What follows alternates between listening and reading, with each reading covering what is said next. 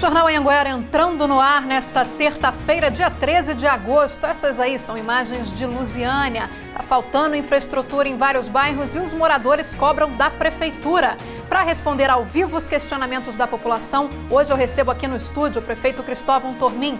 Você quer participar? Então manda a sua mensagem para o nosso WhatsApp 984424000. Nós vamos falar ainda da praça suspensa que virou uma dor de cabeça para os moradores aqui da cidade. O local está abandonado e sem segurança. E a falta de sinalização nas ruas tem sido motivo de preocupação para os moradores do Parque Estrela d'Alva 7 e para quem vive em Cidade Osfaia. Essas e outras notícias aqui do entorno e de todo o estado, você acompanha agora no Jornal Anhanguera, primeira edição.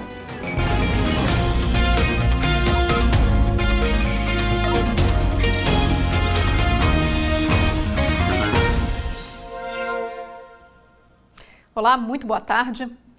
A gente abre a edição de hoje com a prisão de um homem que invadiu a casa de um oficial da Polícia Militar. O suspeito foi preso em Águas Lindas de Goiás. Ele estava com carros e aparelhos eletrônicos que foram roubados na casa do oficial em Vicente Pires, no Distrito Federal. Segundo a polícia, 3 homens armados teriam invadido o imóvel e roubado 2 carros e eletroeletrônicos. Os policiais localizaram os produtos roubados em um lote em Águas Lindas, graças ao rastreador de um dos veículos. Os objetos estavam com Mike Lima da Silva, que foi preso em flagrante. Mike foi levado para o CIOPS de Águas Lindas e os carros e objetos foram devolvidos aos donos. Em Novo Gama, um adolescente foi preso depois de assaltar moradores de Santa Maria, no DF. Segundo a polícia, o menor teria roubado 2 telefones celulares e foi localizado graças ao GPS de um deles, que estava ativado. O garoto de 17 anos estava em uma casa no bairro Grande Vale, em Novo Gama. No local, os PMs também encontraram porções de maconha, pedras de crack, balança de precisão, um galão de solvente para a produção de lança-perfume, uma quantia em dinheiro e também uma arma de fogo. O menor foi levado para a delegacia de Valparaíso. E o último fim de semana foi marcado por 2 casos cruéis aqui no entorno. Filhos matando os pais. Os crimes foram em Novo Gama e Cristalina. Diante de tamanha violência, nossa equipe foi conversar com um psicólogo que explicou o que pode desencadear crimes como esses. Domingo, 11 de agosto, Dia dos Pais. O Nilton Pereira da Silva, de 24 anos, estava em casa, em Novo Gama, bebendo com os amigos quando o pai Bartolomeu Pereira de Souza, de 59 anos, chegou e pediu para que todos fossem embora. Irritado, o Nilton pegou uma faca e deu 2 golpes no pai. Ele foi socorrido, mas não resistiu. Sábado, 10 de agosto. Em Cristalina, Marcos Ribeiro Queiroz matou a mãe, Rosa Bueno, a facadas. Testemunhas disseram que escutaram mãe e filho discutirem. Marcos era dependente químico e fazia tratamento em uma clínica de reabilitação. Rosa teria tirado o filho da clínica há 1 mês para que ele fizesse tratamento odontológico. Nos 2 casos, os autores dos crimes estavam sob efeito de álcool e droga. Especialistas explicam que essas substâncias, usadas em excesso, podem agravar e potencializar a raiva. Mas o que leva um filho a matar um pai ou uma mãe? Ainda de acordo com psicólogos, existem fatores como a dependência financeira, histórico de violência física e, em alguns casos, machismo. Em 60% dos casos das pesquisas desse especialista, os autores dos crimes estavam sob efeito de drogas ilícitas e álcool. A própria Organização Mundial da Saúde já fez várias pesquisas mostrando que tem uma incidência, na maioria dos casos de violência familiar, de 40% a 60% dos casos de agressão física ou de assassinato tinha a questão do álcool. Mas o álcool não causa violência, ele justamente potencializa, né? Então, assim, muitos dos casos de homicídios entre familiares, geralmente entre filhos e pais, tem a questão do álcool ou droga, mas a gente não pode falar que o álcool está causando aquilo ali. O álcool geralmente ele serve como desculpa e as pessoas vão jogando a culpa no álcool e esquecem de responsabilizar a própria pessoa pelos seus atos violentos. Ele ainda explica que a violência física pode acontecer em qualquer família, estruturada ou não, independente do nível social. Em quase todos os casos de homicídios, né, de pais que matam ou de filhos que matam os pais, quando a gente vai analisar, já tem um histórico de muito tempo, de muitas agressões físicas. E daí a importância de tanto as vítimas quanto os vizinhos, conhecidos, familiares buscarem ajuda, denunciarem, porque a gente sempre acha que não vai chegar naquele ponto. A violência acontece em todas as classes sociais, em todas as famílias, né, de diversas religiões, de religiões diferentes, então assim, ninguém está livre da violência. E hoje eu recebo aqui no estúdio o prefeito de Lusiânia, Cristóvão Tormin, que aceitou o nosso convite para tirar algumas dúvidas da população sobre problemas aqui da cidade. Então, antes de começar essa conversa, eu convido você que está aí em casa a mandar a sua pergunta aqui para a gente, para o nosso WhatsApp, o 984424000. Você faz aí a sua pergunta, sempre se identificando com o seu nome, principalmente qual o bairro e a rua que você mora, para ficar mais fácil a gente identificar e o prefeito localizar o problema. Prefeito, muito boa tarde para você. Agradeço demais a sua presença aqui no nosso jornal. Boa tarde, Thalia. Boa tarde a todos os telespectadores da TV Anhanguera. É um prazer estar aqui. Obrigado pelo convite. É uma forma de esclarecermos, há muito tempo eu estava aguardando essa oportunidade, de esclarecermos ao vivo assuntos de interesse da nossa comunidade. E, prefeito, antes da gente começar essa conversa, nós vamos ver agora uma reportagem que mostra alguns problemas relatados por telespectadores que moram aqui em Lusiânia, problemas principalmente de falta de infraestrutura, como asfalto e rede de água e de esgoto. Duas coisas estão sobrando nas ruas do bairro Parque JK, em Lusiânia. A gente fica aqui comendo poeira e lama. Quando é na época da seca, agora, é poeira. Quando é na época da chuva, é lama. Aí a promessa foi feita, mas o asfalto nada de chegar. A dona Marli mostra a guia do IPTU deste ano. R$ 342,12. Ela só não entende para onde vai esse dinheiro. Tem 15 anos que nós moramos nesse bairro, nós somos esquecidos, não tem quem corta capim, não tem que joga, nunca passou um carro-pipa na nossa rua, o asfalto nunca, só tem no papel, nunca foi feito, nada em benefício da nossa comunidade, nada, exatamente nada, nós não temos nada aqui. E um imposto veio R$ 342 reais, sem que nós não temos nada de aproveito nesse bairro. Ainda segundo os moradores, há mais ou menos 5 anos, iniciaram os trabalhos naquilo que seriam as redes fluvial e de esgoto aqui do bairro. Mas as obras foram abandonadas e hoje ela está assim. O pouco que fizeram ainda continua sem nenhuma utilidade. Cobrando o esgoto também, que ele começou, não terminou. Não tem nada ligado aqui. No Luzília Parque, a história se repete. E aqui no Jornal Anhanguera você já conferiu essa situação por nada mais, nada menos que 13 vezes. Ou seja, esta é a 14ª vez que o drama dos moradores desse bairro está em evidência na nossa tela. Na última oportunidade, em junho passado, exibimos estas imagens. Verdadeiras crateras formadas pela força da enxurrada tomaram conta das ruas. A prefeitura prometeu uma obra paliativa e, de fato, uma equipe de obras esteve lá e tapou os buracos jogando entulho. Mas os moradores dizem que o serviço, que já não era o ideal, ainda ficou pela metade. Eles vieram, tamparam os buracos com o resto de obras, né? Tem ferros, entendeu? Só piorou a situação, porque você está vendo assim, está mais ou menos, porque os buracos estão tampados. A população, a gente está se virando, está dando para passar. Mas quando voltarem a chuva, o problema vai piorar, entendeu? Vai se agravar, porque vai abrir crateras, vai ter o resto de obra aí subindo, entendeu? O Luzília Parque e o Parque JK não ficam na mesma região. Mas além da falta de asfalto e da rede de esgoto, eles compartilham ainda mais um problema. Ninguém, nestes dois lugares, tem água encanada em casa. Eles falaram alguma coisa, por exemplo, sobre o abastecimento de água? Nem isso vocês têm? Não falo nem de asfalto, vai falar de água. Não tem nem como, nem sei o que dizer sobre isso, nem água eles tocaram no assunto. Se não fosse os poços, agora não vai ter água não, está secando tudo. Aí quando tiram a água do poço, é só o barro que sai. Cadê a mudança que você prometeu e não fizemos nada pra gente aqui? Eu estou esperando e estou te aguardando aqui. Não é só em política que vem na porta da gente não, seu prefeito. Prefeito, vamos começar então respondendo a Hilda, que foi a última a falar aí na nossa reportagem. Ela fez um pedido diretamente para o senhor sobre a questão da água encanada, que a água não chega em casa, no encanamento, né? Thalia, com muita tranquilidade eu respondo não só a Hilda, mas a todos os moradores do Luzília e do JK. Há décadas essas mazelas acontecem nesses bairros. E nós, ao assumirmos, buscamos recursos do governo do estado aquela parte do JK, quem conhece o JK é dividido por uma avenida. Uma parte do lado de cá do JK nós fizemos praticamente quase todas as ruas, já na nossa gestão.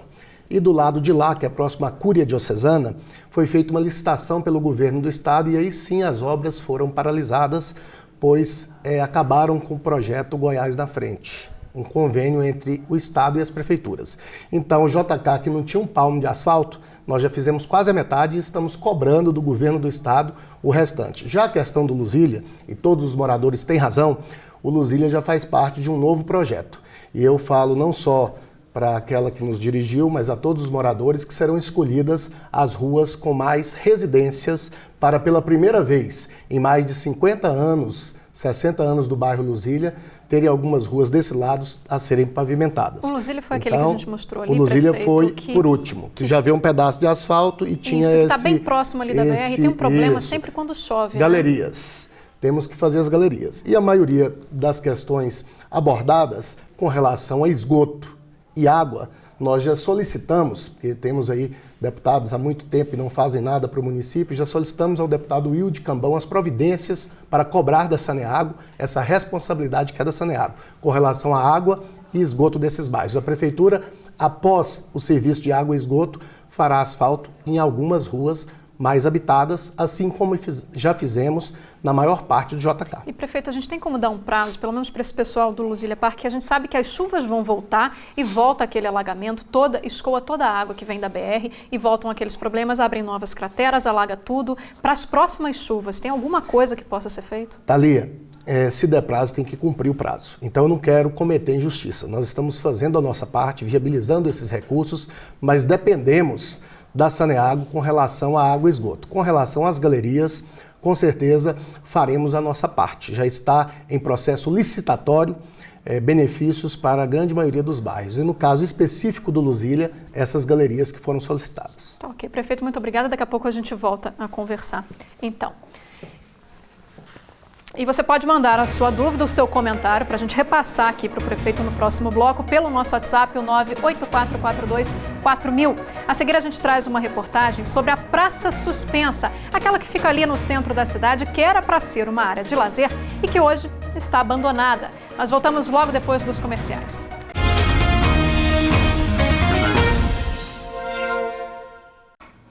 Jornal Anhanguera de volta e um engenheiro particular foi contratado por moradores para fazer a vistoria no prédio de Goiânia, que pegou fogo no fim de semana. Eles precisavam ter certeza de que o fogo não abalou a estrutura do prédio. Essa avaliação não foi feita pela Defesa Civil. A vida segue normalmente no edifício Trianon, no centro da capital. Tá tudo tranquilo, tá funcionando normalmente, elevador, energia. O incêndio foi no sábado, no apartamento 1006, no 10º andar. No domingo, a perícia foi para o local para descobrir onde o fogo começou. Mas esse perito da Polícia Técnico-Científica, que entrou no apartamento, saiu às pressas com medo. A gente verificou que uma viga, que é uma das principais estruturas do prédio, estava danificada. Ela estava com uma rachadura de fora a fora e ela cedeu cerca de 2 centímetros. E a gente estava tendo ali um risco e enquanto a Defesa Civil não liberasse o local, nós não iríamos retornar. Segundo a lei, o correto em casos assim é que a Defesa Civil do município mande para cá um engenheiro para ele vistoriar o apartamento que pegou fogo e dizer para os vizinhos e para os moradores os riscos que eles estão correndo. O problema é que a Defesa Civil de Goiânia não tem um engenheiro. Nesse momento não consta no quadro de profissionais da Defesa Civil um profissional de engenharia habilitado para fazer o trabalho que tem que ser feito aqui hoje. Mesmo sem o engenheiro, com medo do que poderia acontecer, a Defesa Civil interditou o apartamento que pegou fogo, mas sem saber exatamente o tamanho do estrago e se o incêndio comprometeu vigas e colunas de sustentação. Nós estamos aguardando ainda a avaliação do Conselho de Engenharia, que determinou que profissionais de engenharia estejam no local para fazer uma avaliação estrutural. O Conselho de Engenharia disse que não recebeu nenhum pedido da Defesa Civil. Cansado de esperar, o síndico do prédio contratou um engenheiro. Ele disse que não corre risco de cair. A viga que eles pensavam que podia ter baixado os 2 centímetros era o reboco. A Defesa Civil disse que a lei não obriga a ter um engenheiro no quadro de funcionários. Diz que está tentando com a Prefeitura alterar a lei municipal para que haja esse profissional na equipe técnica da instituição. Já a Prefeitura de Goiânia diz que vai estudar a possibilidade de mudar a lei. Eu estou aqui ao lado do prefeito de Lusiânia, aqui com a gente no estúdio, Cristóvão Tormin, que hoje está aqui para responder a sua pergunta. Você que é morador aqui de Lusiânia, você pode mandar o seu questionamento que eu repasso aqui para o prefeito ao vivo. Antes de continuar essa conversa, a gente vai acompanhar agora uma reportagem sobre a tão falada Praça Suspensa, que era para ser um ponto turístico e acabou se tornando uma dor de cabeça. A reportagem é de Fábio Melo e Adeildo Martins. Uma praça que tem o formato de um navio e que chama a atenção pela estrutura suspensa e abandonada bem no centro de Lusiânia. Quando a reforma dela foi concluída em 2012, a promessa era de que feirantes teriam locais reservados para trabalhar e as pessoas ganhariam mais um espaço de lazer. Como era antigamente era bem melhor, né? Eles tentaram melhorar, mas ficaram, acredito, pior para a população. Era um local familiar, né? A feirinha era aqui, então um local que traz. Quem é de Lusiânia tem muitas lembranças aqui dessa praça. Era um local de diversão e hoje é um local até perigoso, né? Acontece que no mesmo ano da reinauguração, a Praça Evangelino Meirelles começou a apresentar diversos problemas na estrutura. Tanto que o Ministério Público chegou a pedir a interdição total deste espaço. Era o começo de uma briga judicial travada entre o MP e a Prefeitura da cidade. A estrutura da praça estaria danificada, né?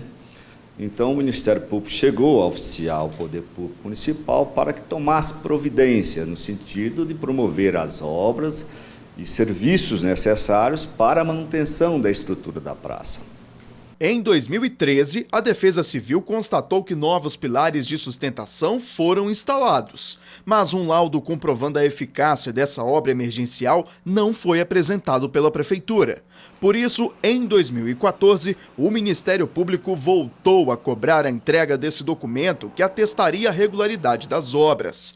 A Defesa Civil, mais uma vez, realizou uma vistoria, mas a Prefeitura ainda não tinha feito a parte dela. O que levou a promotoria, então, a propor uma ação civil pública com a obrigação de fazer, para compelir ao município a realização de obras e serviços necessários para a manutenção da estrutura da praça, ou seja, conservação da estrutura da praça. Segundo dados divulgados pelo Ministério Público, o custo dessa obra foi de quase 3 milhões de reais. Hoje já não há nenhuma pendência judicial envolvendo essa estrutura, mas a praça continua praticamente abandonada, sem nenhuma utilidade pública. A Prefeitura diz que vai mudar essa realidade.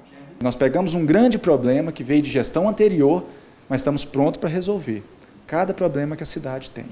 A gente fica triste, né, que é um local que marcou muito a infância de muita gente, e essa galera aí que está na faixa dos 30, 40 anos, todo mundo se recorda aqui da praça, que era um local de lazer, era o point da cidade, né? Isso é um descaso com a população, porque dinheiro existe para esta finalidade. Cadê?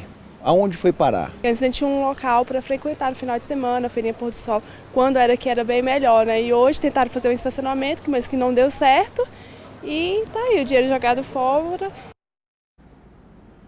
Para continuar falando desse problema, estou aqui com o prefeito Cristóvão Tormin.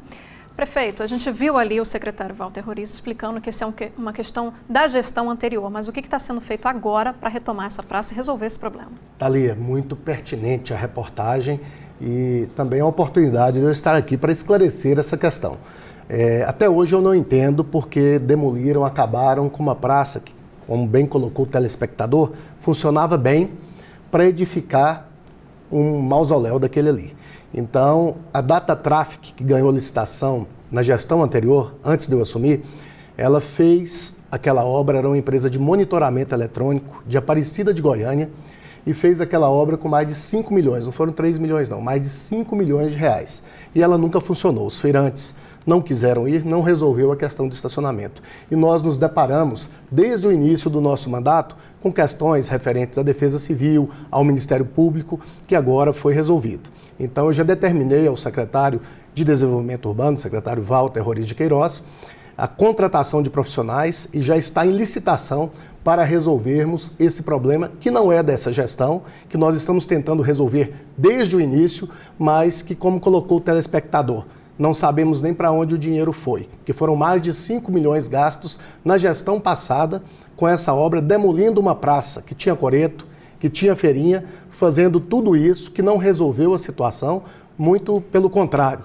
Nós temos esse problema que estava na Defesa Civil e no Ministério Público, agora voltou para a Prefeitura, que já está em processo de licitação para resolver definitivamente essa questão. E se já existe essa liberação agora, prefeito, qual é o planejamento? O que vai ser feito com essa praça? Já foi determinada a contratação de urbanistas, de engenheiros, de paisagistas, de pessoas que atendem a finalidade dessa questão. Para ouvir, a comunidade será ouvida primeiramente, e nós procuraremos fazer, desse que é o coração da cidade, voltar ao que era antes, com movimentação, com fluxo de pessoas, com atendimentos, enfim, nós ouviremos a comunidade para resolver a situação. E dentre as determinações que já foram envidadas, nós já contratamos profissionais para fazerem os projetos que irão ser licitados. Mas dá para a gente imaginar se ela vai ser então reformada, demolida, o que vai ser feito com aquele espaço? Existe já um planejamento para isso? O planejamento é no seguinte sentido: quando assumimos, nós ficamos quase 2 anos e meio, mais da metade do primeiro mandato, com Lusiânia sem certidão.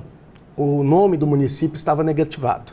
Nós conseguimos liberar o nome do município, conseguimos buscar recursos para essa finalidade, porque os recursos geralmente são, na grande maioria das vezes, para pessoal, para aplicação direta em saúde e educação e o restante para custeio. Então, priorizamos essa questão, contratamos os profissionais, estamos aguardando os projetos finais que serão passados à comunidade e aí sim tomaremos essa decisão o mais rápido possível. Então, ainda não uma vez que ficou embargada durante bom tempo pela Defesa Civil e também pelo Ministério Público, além de ser uma obra superfaturada da gestão anterior. Mas então não existe ainda uma definição do que vai ser feito com aquele espaço ali, se vai ser mantida aquela praça suspensa do jeito que está ali hoje? A população não quer que seja mantida daquela forma. Isso aí nós, no dia a dia, a gente já vê isso, na reportagem mostrou claramente que a população não quer daquela forma. Como foi não planejado, funcionou.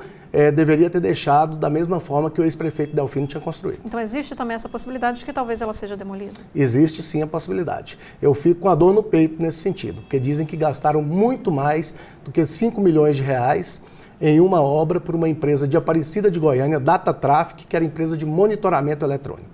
Prefeito, só para a gente finalizar esse assunto, então, quando que começa, então, esse projeto a ser colocado em prática, a licitação? Quando a licitação, dentro dos trâmites legais, liberar. Aí tem um prazo de recurso e aí sim deve ser iniciadas essas obras. Mas a gente pode imaginar aí o prazo, até o fim do ano já começa a ser feita alguma coisa? Nós esperamos que sim, mas temos que cumprir os rigores da lei, principalmente o que determina a lei de licitações. Mas, no que depender da Prefeitura, será agilizado, uma vez que agora já está liberado para essa finalidade. Então, ok, prefeito, estão chegando muitas perguntas aqui para a gente. Vou Estou começar à disposição. Com algumas, então. Muita gente perguntando do Hospital Regional. Tem aqui mensagem da Damásia, do Buracão, tem também da Lúcia, do Mandu. Tem alguma previsão para a abertura do Hospital Regional? Com certeza. Boa tarde, dona Damásia, Lúcia, todos vocês que estão aí em casa nos ouvindo nesse momento. Muito pertinente, que tem muita gente querendo aproveitar dessa situação. Antes de fecharmos o hospital, nós conseguimos o recurso para construir 2 UPAs que estão funcionando plenamente no Ingá e nos parques de Cidadalva, e também levamos toda a estrutura do antigo hospital regional para o distrito de Jardingá. Todos os médicos, todos os servidores, todos os serviços. Então nós não cometemos uma irresponsabilidade. Nós melhoramos sim o atendimento, porque o Ingá é Lusiânia e toda a estrutura que tinha no hospital foi para o distrito de Jardingá e ainda construímos 2 UPAs que funcionam na área de urgência e emergência. Uma pequena reforma virou uma nova obra. O hospital estava caindo. Não tinha viga, não tinha coluna, não tinha nenhum tipo de estrutura. Além de não estar já funcionando bem, que funcionou bem só no início, a época do ex-prefeito Zequinha Roriz, o hospital estava prestes a cair em cima de funcionários e de alguém que estivesse lá internado. Porque no dia que assumimos, foi a nossa primeira visita com o secretário de saúde, Thalia, e só tinha uma pessoa internada naquele hospital, isso por ordem judicial. Então, colocamos em funcionamento, construímos as 2 UPAs, levamos a estrutura para o Ingá e, no mais breve possível, aquela obra que seria apenas uma reforma já está 90% concluída. A gente, inclusive, todos os equipamentos todos os equipamentos já adquiridos, então falta acabamento. E esse acabamento, quem entende de obra sabe, acabamento de boa qualidade está sendo feito, os recursos estão vindo e nós esperamos ainda esse ano entregar o primeiro hospital municipal para a cidade de Lusiânia, quase tricentenária, uma vez que aquele antigo regional, que era um barracão, já está fora de moda. Então levamos o antigo regional para o Ingá, está funcionando lá desde a sua interdição, construímos 2 UPAs e entregaremos até o final do ano o primeiro hospital municipal de nossa cidade. Promessa então até o final do ano a entrega do hospital, né, prefeito? Promessa não, compromisso. E nós sabemos que depende de recursos, Thalia, e recursos que não são somente dos cofres da prefeitura. Então, se pudesse entregar amanhã, se dependesse da vontade do prefeito, seria o mais rápido possível, porque eu sei que todos estão aguardando a inauguração desse primeiro hospital municipal. Dobramos a quantidade de leitos do antigo regional, melhoramos a estrutura, somente salas de maternidade, temos 5. Enfim, será o primeiro hospital municipal, que é o grande anseio de uma cidade de quase 300 anos. Então eu não falo a data para não cometer injustiça, mas estamos trabalhando para até o final do ano entregarmos mais essa grande obra para a nossa comunidade. Ok, prefeito, obrigada. Daqui a pouco a gente volta a se falar ainda na edição de hoje. E a seguir tem a previsão do tempo aqui no Jornal Anhanguera com a Nayara Santos. As queimadas continuam prejudicando os moradores aqui do entorno. Ontem um terreno baldio pegou fogo no bairro Serrinha, em Lusiânia, e as chamas chegaram bem perto das casas. Nós voltamos logo depois dos comerciais.